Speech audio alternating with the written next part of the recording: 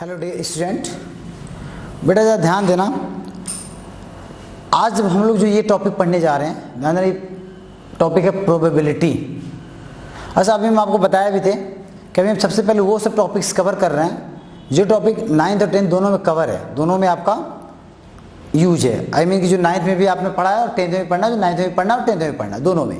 Clear? इससे क्या होगा, मैक्सिमम टॉपिक आपने देखा होगा सिमिलर टॉपिक ही हमने पढ़ा रहा है, जो कि दोनों पढ़ा हुआ है। इससे रीजन क्या है कि जब आप पढ़ने जाओगे, है ना, तो आपको सारी कंसेप्ट क्लियर है एक बार की, उसको हमको रिवीजन करा के हमको अच्छे से बताना है। तो सिर्फ इस टॉपिक को थोड़ा सा हम अगर बताते जाएंगे तो आपको वीडियो लेक्चर में क्लियर हो जाएगा, क्योंकि बेटा प्रैक्टिकली क्लास और वीडियो लेक्चर में थोड़ा सा अंतर तो जरूर आएगा। ठीक है, तो आपको इसीलिए हम वो सारे टॉपिक्स कवर कर रहे हैं जो वीडियो लेक्चर में हमारे टॉपिक्स को आ रहे हैं। तो चलिए, तो सबसे पहले बेटा हम लोग स्टार्ट करते हैं प्रोबेबिलिटी। अब देखो इस टॉपिक में हमको पढ़ना क्या क्या है, ठीक है, क्या क्या पढ़ना है हमें, कैसे कैसे क्वेश्चंस आते हैं, किस किस बेसिस पे क्वेश्चंस आते हैं। तो बेटा ध्यान देना, प्रोबेबिलिटी को हिंदी में हम लोग बोलते हैं प्रायिकता या संभावनाएं, है ना, प्रायिकता बोलते हैं। अच्छा, प्रोबेबिलिटी में हमको पढ़ना क्या है, तो सबसे पहला काम आपको एक्सपेरिमेंट या इवेंट क्या होता है, ठीक है, रैंडम एक्सपेरिमेंट क्या होता है, कुछ टर्मिनोलॉजी हैं जो आपको जानना होगा। बायस्ड और अनबायस्ड क्या होता है, सैंपल स्पेस क्या होता है, बस समझ लो, श्योर और इम्पॉसिबल इवेंट्स क्या होते हैं, ये सब सारी चीजें आपको जानना है। तो चलिए, इस टॉपिक में हमको सबसे पहले हम लोग जो पढ़ेंगे दैट इज द, क्लियर दिख रहा है? चलिए, तो सबसे पहला हम लोग को जो पढ़ेंगे that is the experiment.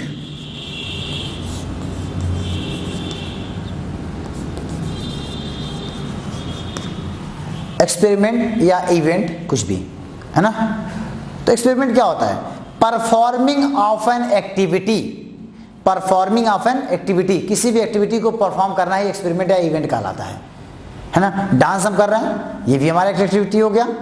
Performing of an activity is known as experiment या इवेंट, ठीक है।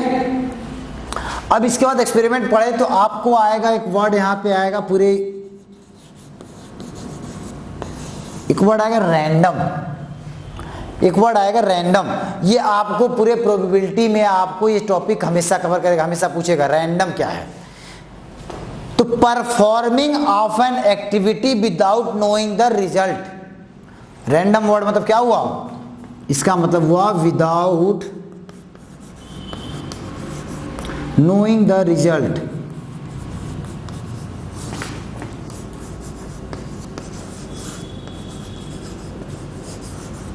Without knowing the result, performing of an activity without knowing the result, वही क्या कहलाता है, रैंडम एक्सपेरिमेंट। क्लियर? अच्छा, अब इसके बाद बेटा आता है second one is the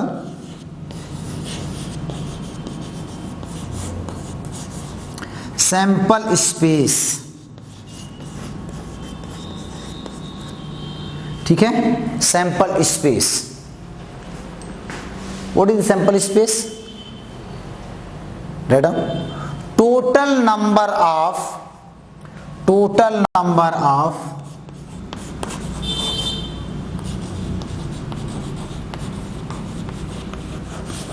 possible outcome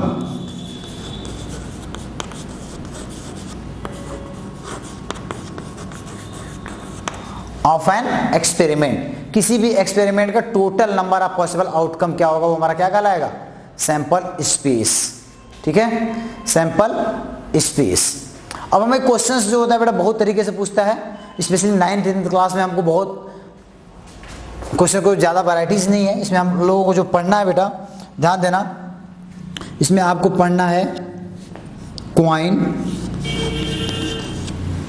ठीक है, second one is the dice,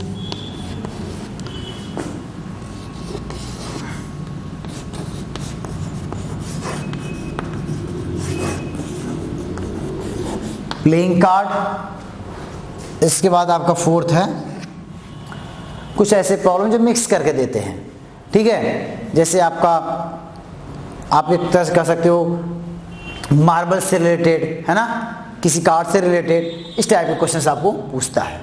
clear? तो सैंपल स्पेस है। अच्छा, इसके बाद जो पढ़ना है आपको आएगा प्रोबेबिलिटी। ये प्रोबेबिलिटी आपका हेडिंग है, हेडिंग के अंदर सब हेडिंग आएगा प्रोबेबिलिटी होता क्या है। ठीक है, तो सबसे पहले हम लोग डिस्कस करते हैं सैंपल स्पेस का। ध्यान समझ बेटा, जब तक सैंपल स्पेस क्लियर नहीं होगा आपका चैप्टर क्लियर नहीं होगा, आपको प्रोबेबिलिटी क्लियर समझ में नहीं आएगा। तो सबसे पहले हम लोग क्लियर कर लेते हैं सैंपल स्पेस को। तो आइए let's discuss about the sample space.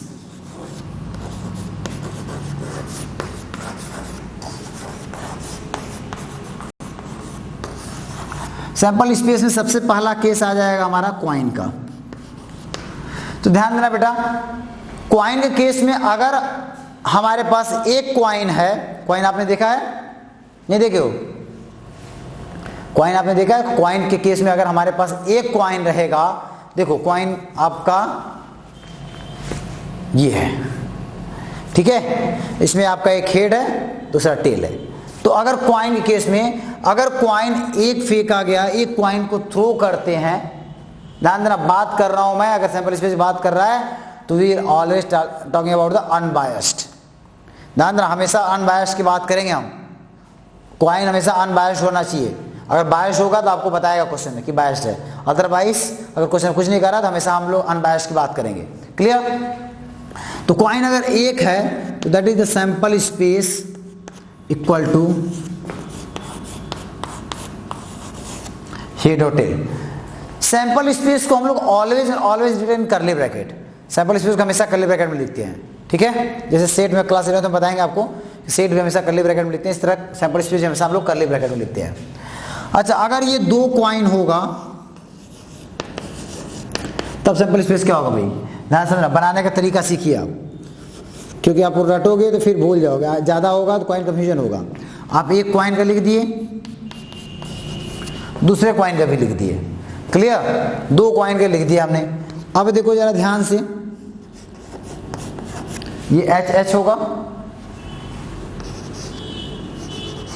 तमाम इस एच को लिया हमने, एच के साथ एच को, फिर एच और टी, एच कंप्लीट हो गया, टी हो गया और एच हो गया, फिर टी हो गया, टी हो गया। ध्यान देना, अगर एच को ले रहे हो तो पहले एच को लिखेंगे, टी को लेंगे तो पहले टी को लिखेंगे। अगर एच को लेंगे तो पहले एच को लिखेंगे, टी को लेंगे तो पहले टी लिखेंगे। क्लियर? चलिए, अब अगर यही मान लीजिए आपके पास तीन कॉइन होगा, तब तीन कॉइन होगा तब क्या करेंगे भाई? दो का आपको पता है,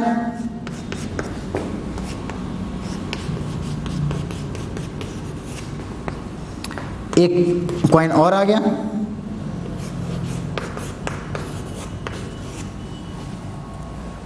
ठीक है, एक कॉइन और आ गया, तो क्या हो जाएगा? क्या हो जाएगा? यहां से आपका देखो ध्यान से, सबसे पहले आप इन चारों को एक बार लिख दो, चलो यहां लिख देते हैं हम, इन चारों को एक बार लिख लीजिए, जो दो कॉइन का था, ये तीन कॉइन का केस पढ़ा रहे हैं आपको। तो H H, S T, T H, T T लिख लिया। अब आप दोबारा फिर इसको लिखो, H H, S T, T H, T T, यहां करली ब्रैकेट लगा दीजिए। क्या तीन कॉइन हो गया? नहीं। अब आपको देखो यहां एच लिखा है, एक बार एच को उठाइए, यहां लिखिए सबको, सबके साथ कामा लगा दो, और एक बार टी को लिखो। देखो बेटा, एच अगर उधर लिखे हो, एच अगर राइट लिखे हो तो टी को भी राइट लिखेंगे। ये हमारा बन जाएगा तीन कॉइन का सैंपल स्पेस, तीन कॉइन का सैंपल स्पेस। ठीक है?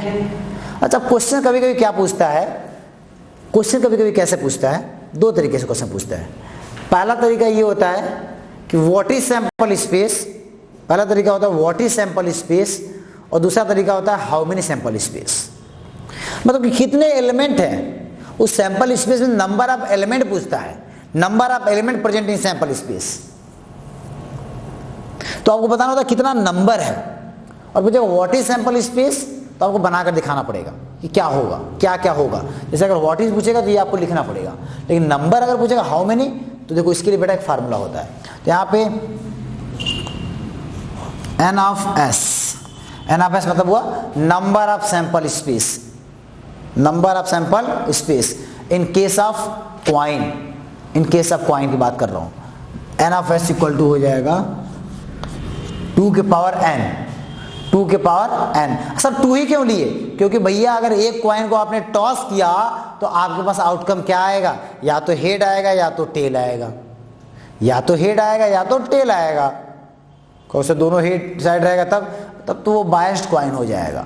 हमने शुरू से ही बताया आपको कि we will always talking about the unbiased, unbiased की बात कर रहा हूं मैं, ठीक है, अनबायस्ड की बात कर रहा हूं। ये n क्या है? n is the number of coin, n is the number of coin, या हाउ मेनी टाइम्स ना नंबर ऑफ क्वाइंस। अच्छा n की जो वैल्यू होगी बेटा, n is always greater than 0, n is always greater than 0। अच्छा एक चीज देखो, अगर हम ये कंडीशन नहीं लिखते तो n की वैल्यू अगर आप 0 रख देते तो वैल्यू क्या आता? 2 के पावर 0 इक्वल टू 0, राइट ना? 2 के पावर 0 इक्वल टू 0। अरे भाई कैसे 0 हो जाएगा? किसी भी नंबर के पावर अगर 0 होता है तो उसकी वैल्यू क्या होती है? 1। मैं क्यों बोला 0? क्योंकि आप फिर यही दिमाग में चल रहा होगा, तो दिमाग से एकदम इसको दूर करिए। किसी भी नंबर के पावर अगर 0 होता है, किसी भी नंबर के पावर अगर 0 होता है तो उसकी वैल्यू 1 होती है। यहाँ कर्ली ब्रैकेट में लिख लेना कहीं भी, किसी भी नंबर के, ये इससे रिलेटेड नहीं है, ठीक है। किसी भी नंबर के पावर अगर 0 होगा तो उसकी वैल्यू हमेशा 1 होगा। तो यहाँ पे इसीलिए हमने 0 लिखा, क्योंकि अगर मान लो वैल्यू 1 हो जाएगा और बस कॉइन है ही नहीं तो आउटकम आ कैसे जाएगा? अकॉर्डिंग टू फार्मूला तो आना चाहिए, इसलिए हमने यहाँ कंडीशन लगाया n इज ग्रेटर देन 0। तो कॉइन का केस में आपको क्लियर हुआ? कॉइन का केस क्लियर हो गया। अभी हम लोग सिर्फ सैंपल स्पेस पढ़ रहे हैं, प्रोबेबिलिटी की बात नहीं कर रहा हूं। अभी हम लोग सैंपल स्पेस पढ़ रहे हैं, प्रोबेबिलिटी का ही सब हेडिंग है sample space. Clear? Coin clear? चलिए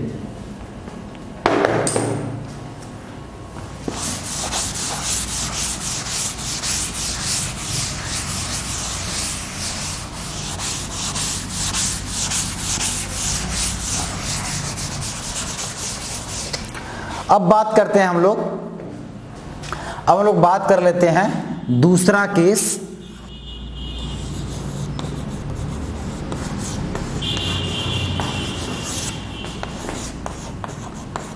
फॉर डाइस, डाइस की बात कर लेते हैं। Sample space for dice. Dice समझते हो? जैसे आप लोग लूडो खेलते हो तो जो पासा होता है, पासा है ना, डाइस, डाइस देखा है? नहीं देखे हो? डाइस देखो कुछ यूं होता है डाइस, ठीक है, 1 2 3 4 5 6 तक लिखा रहता है, ठीक है, क्यूबिकल टाइप का, है ना।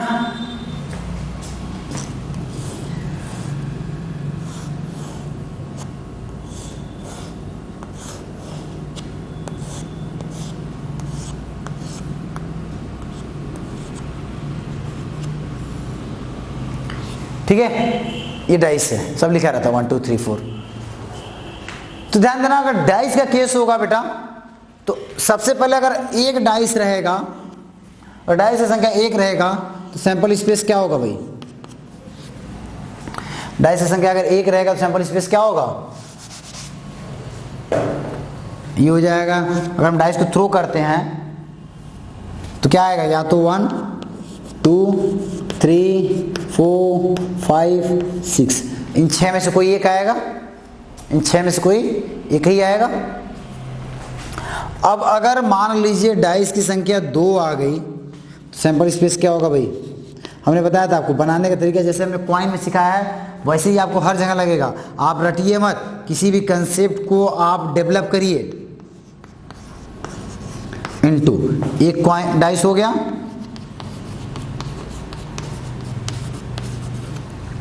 दूसरा डाइस हो गया, ठीक है, 2 डाइस हो गया आपके पास। देखो जरा ध्यान से। अब बेटा अगर 1 को उठाएंगे तो 1, 1 पहला, 1 2, 1 3, 1 6, इस तरह का 2 1, 2 6, इस तरह आ जाएगा आपका 6 1, 6 6 आ जाएगा। टोटल आपके 6 लाइन बनेंगे, और 6 लाइन बनेंगे तो हर एक लाइन में आपके पास कितने रहेंगे एलिमेंट, 6 एलिमेंट रहेगा, तो टोटल कितना हो जाएगा 36। तो अगर बनाने के लिए कहेगा तो आपको सिर्फ और सिर्फ मैक्सिमम 2 कॉइन का देगा, बनाने के लिए कहेगा तब, क्योंकि भाई इसके बाद तो और ज्यादा बढ़ जाएगा। और कितना होगा, और वही देखो ध्यान से फार्मूला,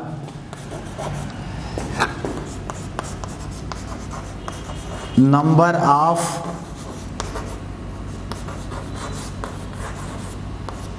सैंपल स्पेस इन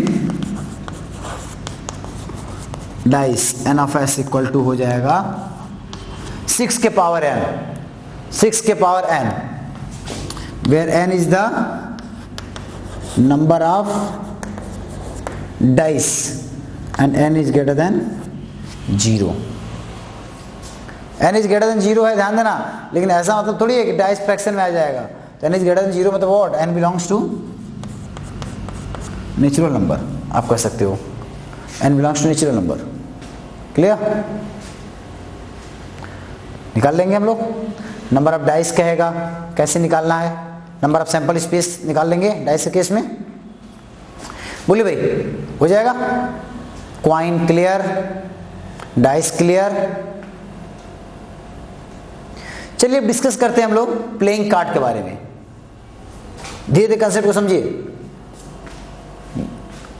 अच्छा, इसके पहले एक चीज बता दूं आपको, अगर आपके क्वेश्चन में बोलता है 3 coins are tossed simultaneously, 3 coins are tossed simultaneously, या फिर क्वेश्चन बोलता है 1 coin are tossed 3 times, कभी कोई क्वेश्चन देता है 3 coins are tossed simultaneously मतलब साथ साथ, और कभी कभी क्वेश्चन देता है 1 coins are tossed 3 times, दोनों का सैंपल स्पेस सेम होगा, दोनों का सैंपल स्पेस सेम होगा, दोनों केस में कोई अंतर नहीं होगा। क्लियर, सैंपल स्पेस में कोई फर्क नहीं पड़ेगा, चाहे एक कॉइन को 2 बार टॉस करो या 2 कॉइन को एक साथ टॉस करो। क्लियर, चलिए dice clear, same to same dice के केस में आल्सो।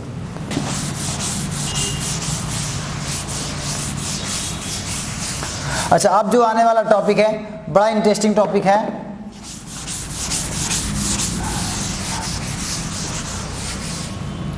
अब जो टॉपिक आने वाला है वो बहुत इंटरेस्टिंग टॉपिक है, दैट इज द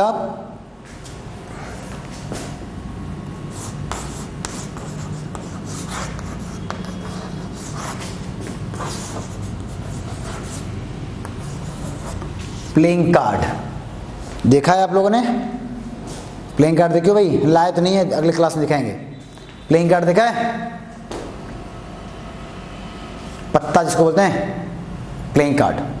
चलिए, नहीं देखिए तो भाई हम तो आपको दिखाते हैं बोर्ड पे, तो जरा ध्यान देना बेटा।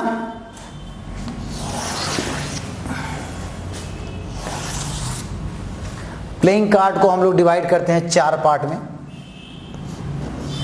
फर्स्ट, सेकेंड,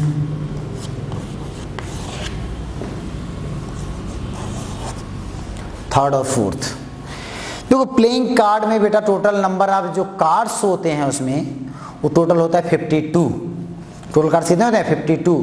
अब आपके दिमाग में आएगा सर जोकर भी तो होता है, तो जोकर का काम रियल लाइफ में क्या होता है भाई? एंटरटेनमेंट करना, इंजॉय करना, है ना, हंसी करना। तो प्लेइंग कार्ड में जब जोकर का काम एंटरटेनमेंट करना, तो भाई पढ़ाई में क्यों यूज करेंगे? पढ़ाई में तो एंटरटेनमेंट थोड़ी है ना, तो यहाँ पे एंटरटेनमेंट तो करना नहीं है, तो उसको हटा करके हम लोग हटा देते हैं। और हटाने के बाद क्या करते हैं, जो बचा हुआ कार्ड है उसको हम लोग स्टडी करते हैं। That is the total number of card is 52।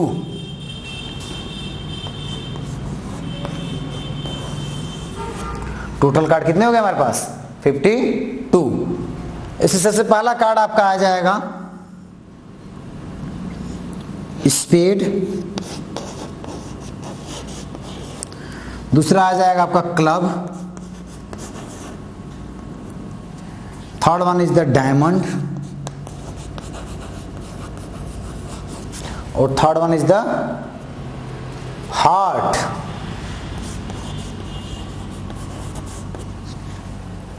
ठीक है भाई, third one is the heart. अब जरा देखो, चार पार्ट अगर कार्ड का है, टोटल कार्ड आपके पास 52 है, तो ईच कार्ड इक्वल टू 13 13 13 13 13 होगा। क्लियर? अच्छा, अब क्वेश्चन जो पूछता है वो क्वेश्चन तो टोटल नंबर ऑफ कार्ड से पूछ दिया, इसके बाद कलर से पूछता है। कलर तो देखो जरा ध्यान से बेटा, स्पेड क्लब, क्लब को हिंदी बोलते हैं चिड़ी, और चिड़िया का मतलब मान लेते हैं हम लोग कौआ, और कौआ का कलर कैसा? काला। तो ये जो दोनों होते हैं both are black, black in colour, और टोटल नंबर कितना हो जाएगा भाई? 26, 13 ये दोनों मिला कितना हो जाएगा टोटल नंबर? 36। क्लियर? अच्छा, अब ये हार्ट है, हार्ट, हार्ट में आपके ब्लड कैसा है? इसमें व्हाइट तो नहीं है, ये ब्लैक, ब्लैक रेड है क्या? किसी ब्लैक है किसी के पास?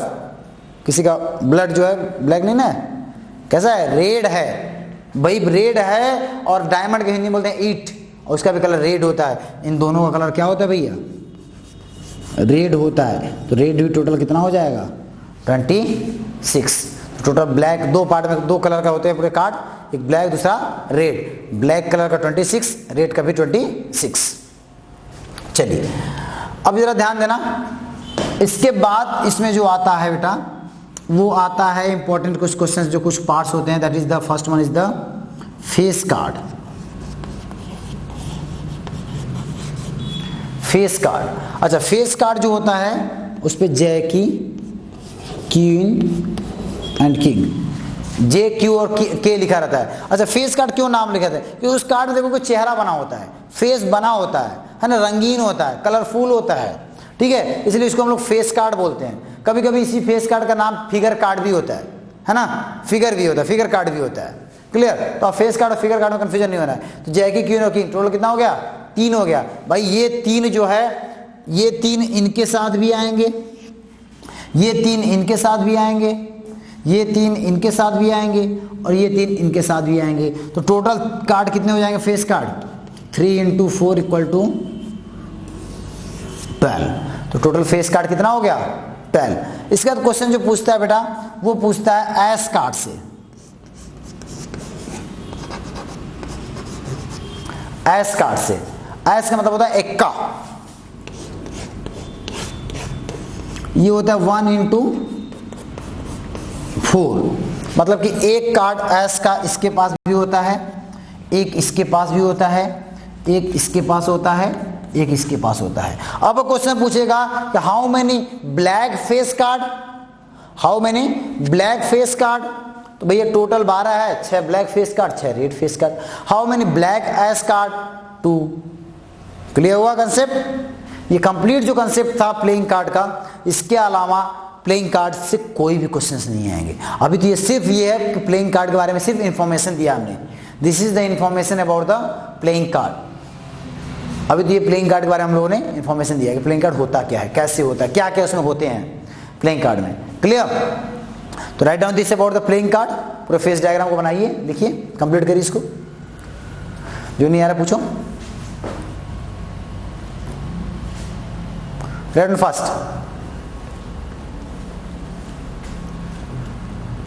Playing card, spade, club, diamond और heart, total 52, 13 13 13 13, black card 26, red card 26, face card 12, ace card 4। बाकी बचे कार्ड को क्या बोलते हैं भाई? ये भी तो बात है, बाकी बचे कार्ड को काउंटिंग कार्ड बोलते हैं। काउंटिंग कार्ड क्यों? क्योंकि उसके ऊपर देखोगे तो नंबर लिखा रहता है 2 3 4 5 6 7 8 9 10, यहां तक आपको काउंटिंग कार्ड लिखा रहता है, इसलिए इसका नाम काउंटिंग कार्ड भी कभी कभी कहा जाता है। क्लियर? चलिए अब आ जाते हैं क्वेश्चंस पे।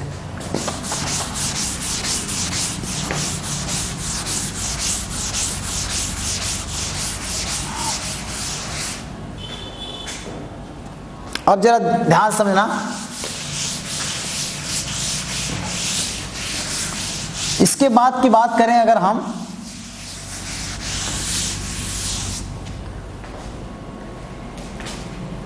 तो सबसे अब इसके बाद हमारा टॉपिक स्टार्ट होता है probability.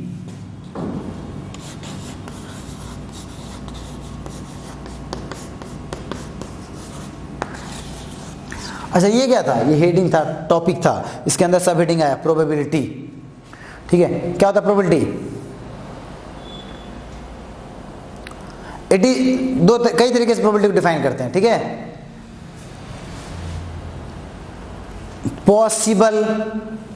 Possibility of any event, क्या पॉसिबिलिटी है? Chance of occurring of any event, chance of occurring of any event, that is the probability. अब अगर बात करें हम लोग क्वेश्चन सॉल्व करने के लिए, तो प्रोबेबिलिटी होता है it is the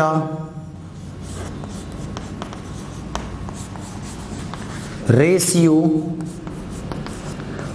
of total number of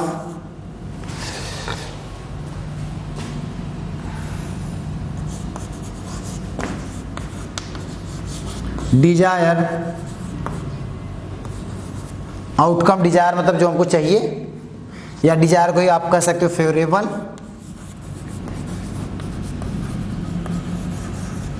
favourable desired outcome with sample space.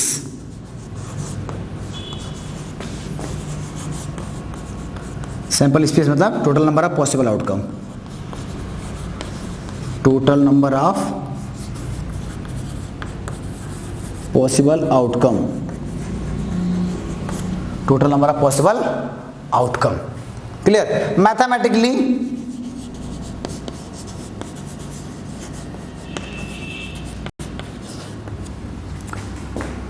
P of E मतलब हुआ probability of any event, probability of any event, P of E equal to N of E upon N of S, N of S। Clear? Probability of any event equal to number of possible, number of desired और favourable outcome upon total number of sample space. Clear? Probability of any event यहां लिखा है, ये number of desire favourable outcome upon number of sample space. अच्छा जरा ध्यान देना, पहला condition, if N of E equal to 0, अगर N of E equal to 0 होगा तो P of E क्या होगा भाई? 0 हो जाएगा। और if N of E equal to N of S तो P of E क्या हो जाएगा? 1 हो जाएगा। ठीक है, तो probability of any event, probability of any event is always lies between 0 to 1। Probability इस तरह पॉइंट लिखना, इससे क्वेश्चन पूछता है, कंपटीशन में क्वेश्चन पूछता है, probability of any event is always lies between 0 to 1। पूछता है कि नहीं पूछता है? कई बार क्वेश्चन पूछता है। ठीक है, अच्छा 0 से कम क्यों नहीं हो सकता? क्योंकि n जो ये कभी नेगेटिव नहीं जाएगा, इसलिए नेगेटिव नहीं जाएगा। ठीक है, तो जिसकी प्रोबेबिलिटी 0 होती है that is the impossible event, impossible event. और जिसकी प्रोबेबिलिटी 1 होती है that is the sure, CERTAIN, certain event. उसको क्या बोलते हैं? श्योर या सर्टेन इवेंट। जिसकी प्रोबेबिलिटी 1 होती है उसको हम लोग क्या बोलते हैं? श्योर या फिर सर्टेन इवेंट। क्लियर? चलिए अब स्टार बना, ये स्टार बना का पहला पॉइंट था। स्टार बना दूसरा पॉइंट लिखिए, ध्यान देना बेटा। Probability, the sum of probability of individual event, the sum of probability of individual event of a particular experiment, किसी एक पार्टिकुलर एक्सपेरिमेंट का E1 plus P of E2 P of EN equal to 1, हमेशा 1। ठीक है, किसी भी particular event का the sum of probability of individual event is always equal to 1। Example देते हैं, जैसे मान लीजिए अगर क्वेश्चन पूछ देता है कि एग्जाम्पल दे देते हैं कि मान लीजिए अगर थ्रोइंग एक कॉइन को थ्रो करते हैं, what is the probability of getting head. अच्छा, क्वेश्चन हम लोग डिस्कस करेंगे, पहले हम चलो क्वेश्चन डिस्कस कर लेते हैं। यहाँ पे एग्जाम्पल, अगर एक कॉइन को टॉस करते हैं बेटा तो पी ऑफ एच क्या होगा, तो ध्यान देना सबसे पहले सैंपल स्पेस क्या होगा, एन ऑफ एस है तो 2 होगा, या तो हेड है तो 12 तो 2 होगा, और उसमें हेड कितनी बार है, एक बार, तो 1/2 हो जाएगा। पी ऑफ टी कितना होगा, टी फॉर टेल 1/2 होगा। तो अगर हम बात करेंगे P of H plus P of T की तो क्या होगा भैया, 1 होगा। तो किसी एक पार्टिकुलर इवेंट के लिए the sum of the individual probability is equal to 1। Clear. अच्छा, तो यहीं से कभी कभी ऐसे भी लिखता है कि P of E plus P of E dash equal to 1, मतलब कि किसी भी इवेंट का प्रोबेबिलिटी होने का चांस और ना होने का चांस दोनों को अगर मिला दिया जाए तो 1 के बराबर आ जाएगा। किसी भी इवेंट के प्रोबेबिलिटी के होने का चांस और ना होने का ई डैश चांस, दोनों को मिला देंगे तो क्या हो जाएगा, 1 हो जाएगा। सिंपल सा चीज देखो, हम अपने घर से आएंगे या नहीं आएंगे, दोनों तो बात मिला देंगे, तो इसके अलावा और कोई पॉसिबिलिटी तो है ही नहीं। चलिए, तो दोनों को मिला देंगे तो हम लोग क्या हो जाएगा, 1 के बराबर आ जाएगा। ठीक है, हम तुमको 5 रुपए का हमको देना है तुम्हें, हम तुमको 5 रुपए देंगे या तो नहीं देंगे, प्रोबेबिलिटी आएगा या नहीं आएगा। तो हमको इन दोनों में से कोई एक पता रहेगा, दूसरा निकाल लेंगे 1 में से माइनस करके। क्लियर। ये कंप्लीट जो था आपका प्रोबेबिलिटी का बेसिक इंफॉर्मेशन था। अब इसमें कुछ प्रूफ्स, कुछ थ्योरम्स हैं। ठीक है, क्लास 10th में क्वेश्चंस जो है इसमें बहुत वैरायटीज के आते हैं। अगली क्लास में हम लोग जो क्वेश्चन डिस्कस करेंगे, कंप्लीट प्रोबेबिलिटी में आपको अब क्वेश्चंस डिस्कस करना है। तो क्वेश्चंस हम लोग का बचा हुआ है कॉइन का केस का क्वेश्चन, डाइस का क्वेश्चन, प्लेइंग कार्ड का क्वेश्चन, और इसके बाद तीनों का मिक्सअप करके। ठीक है, तो next class let we discuss about the numerical portion. इस थ्योरम में अभी तक जो भी प्रॉब्लम है बेटा देख लो, समझ लो, नहीं आया पूछिए। थ्योरी आपको इतना ही पढ़ना था। इसके कुछ प्रूफ्स जो हैं अगली क्लास में लोग प्रूफ्स के बारे में डिस्कस करेंगे। ठीक है, क्योंकि लेक्चर बहुत ज़्यादा लंबा हो जाएगा तो आप बोर होने लगोगे। लेक्चर को हम पार्ट करके, पहले लेक्चर में आपको थ्योरी पढ़ाते हैं, इसके बाद आपको क्वेश्चंस प्रैक्टिस कराएंगे। अच्छा, इसका रीजन क्या है कि अगर आप थ्योरी आप जानते रहो, थ्योरी अगर अच्छे से आप पढ़ लोगे तो आप बिना मेरे क्वेश्चन प्रैक्टिस के आप बुक उठाना, क्वेश्चन देखो, मैक्सिमम क्वेश्चन आपका ऐसे ही सॉल्व हो जाएगा। मैक्सिमम क्वेश्चन आप ऐसे ही सॉल्व कर लोगे। क्लियर। चलिए, तो बेटा आज की क्लास यहीं पे खत्म करते हैं हम। ठीक है, अभी तक कोई डाउट होगा, कुछ भी होगा, आप हमसे तुरंत डिस्कस करना। तुरंत आप असाइनमेंट में लिख करके, क्वेश्चन में लिख करके हमें आप डिस्कस करिए, कमेंट करिए। हम असाइनमेंट आपको भेजते रहेंगे। असाइनमेंट का वीडियो लेक्चर का आपको सॉल्यूशन भी जाता रहेगा, और नेक्स्ट लेक्चर में later discuss about the important questions. ठीक है, तो चलो इसको लिख लो बेटा। Thank you so much for today's class. Let we discuss about the next class about the some important questions of probability. अच्छा, एक चीज़ और भी है, मैं बता दूं बार बार, मैं इसको शुरू में रिपीट किया था, मैं इसलिए, ये लास्ट टॉपिक है आपका, इसलिए मैं इसको पढ़ा रहा हूँ, क्योंकि ये सब सारी चीज़ें आप दोनों क्लास में आपको पढ़ना है, 9th और 10th दोनों में। ठीक है, तो आप अभी अगर पढ़े रहोगे तो 10th में आपको आसान होगा, और अगर 9th में पढ़ के 10th में आए हो तो आपको 9th वाली चीज़ें बहुत सारी क्लियर होंगी। इसलिए मैं सारा जो टॉपिक दोनों कंपाइल है, दोनों टॉपिक जो एक दूसरे से रिलेटेड है, वही सारे टॉपिक हम कवर कर रहे हैं पहले। ठीक है, इसलिए आप अरेंजमेंट में मत जाओ कि सर मेरा टॉपिक ये छूट रहा है। Till your examination let we complete each and every chapters. ठीक है, so be careful and be active about that. Thank you so much, bye bye.